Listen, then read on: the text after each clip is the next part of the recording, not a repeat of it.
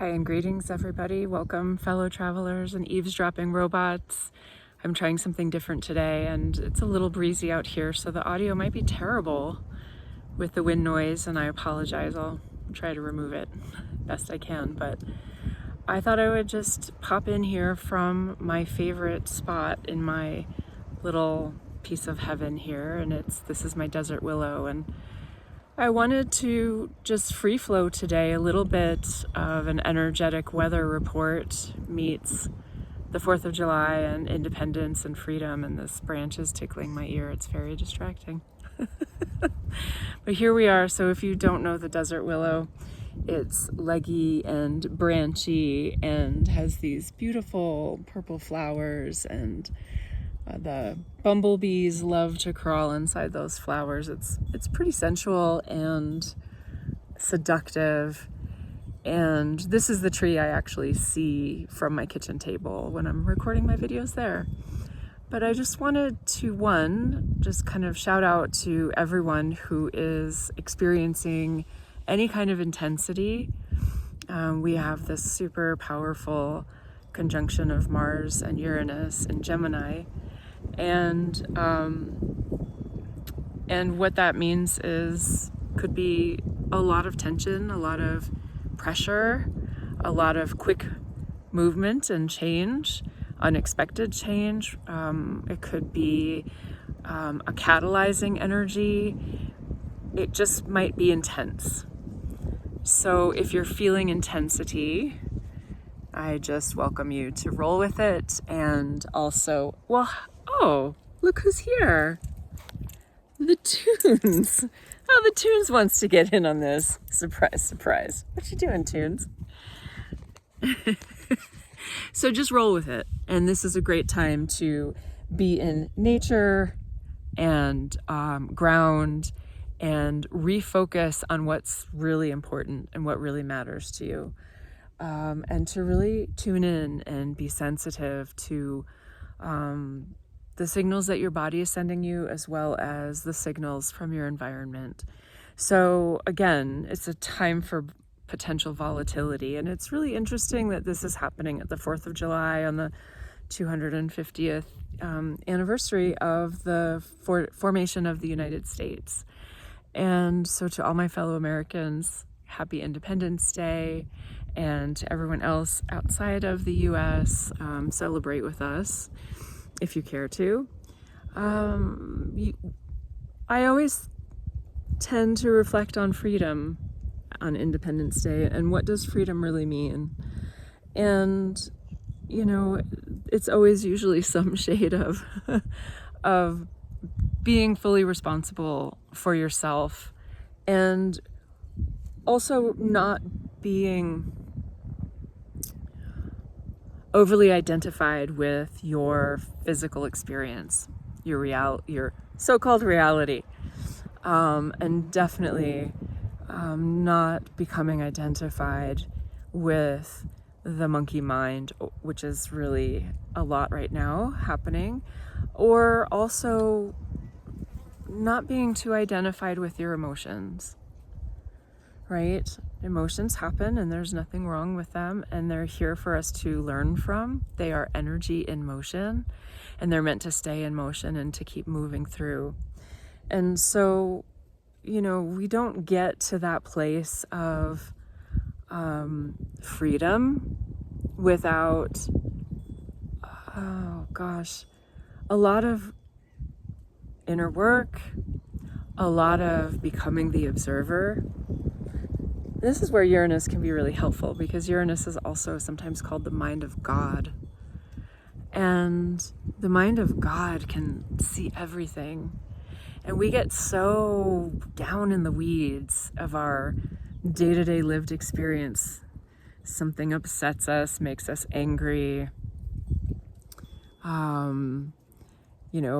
Work gets stressful, life gets lifey, and we can forget that, and we can fall into this trap of forgetting what's really, really true and real.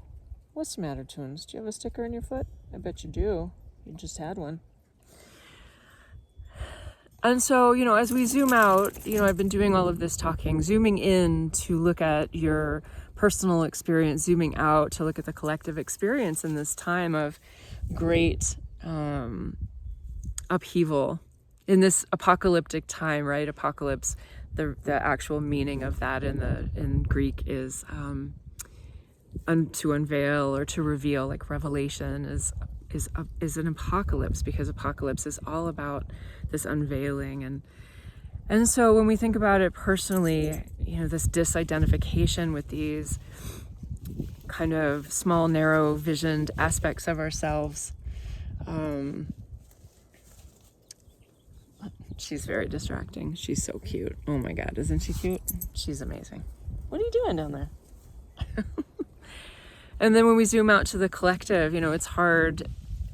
It's very interesting. I don't want to say hard. It's very interesting to me to consider freedom and how we have sort of traded true freedom for convenience and for luxury and for the trappings of the material society and all of the things around us that are inhibiting actual like free thought and actual free experience, like to fully experience your life, to fully experience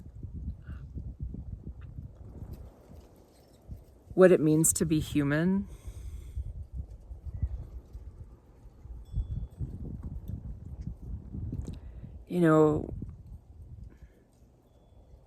I think that we think that we're free, and in so many ways, I'm not sure who truly is free, right? We work at these jobs so that we can afford to buy things, so that we can then work at jobs so we can afford to take care of the things that we bought.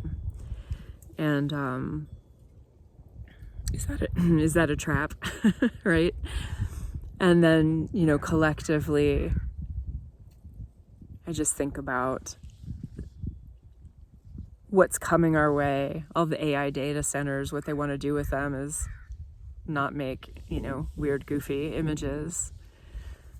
They want to curtail our freedoms, and they want to surveil us in unprecedented ways. And it's all very interesting. This is such, may you live in interesting times. By golly, we live in interesting times. But,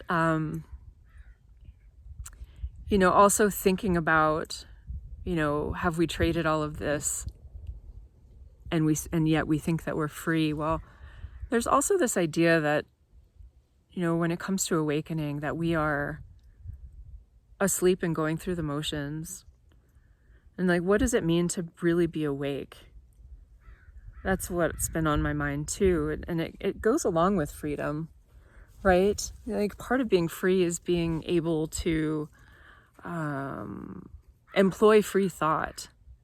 And free speech is an absolute precursor to that, actually, because you have to figure out what you believe inside of you, what's real and true. I mean, we all process differently, so I'm not going to say that this is a blanket statement for everybody, but free thought and free speech are inextricable. That is a blanket statement that I do think applies to everybody, regardless of whether you're an internal processor or an external processor. And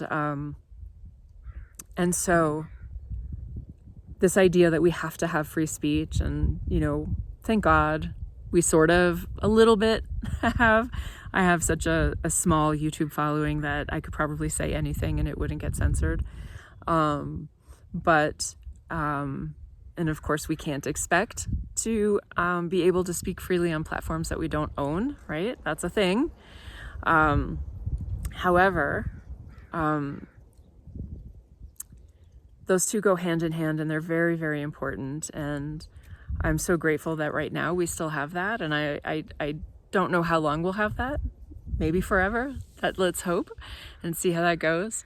But also, it goes hand in hand with awakening because I think that we've all been put to sleep. Or maybe we just arrived here asleep.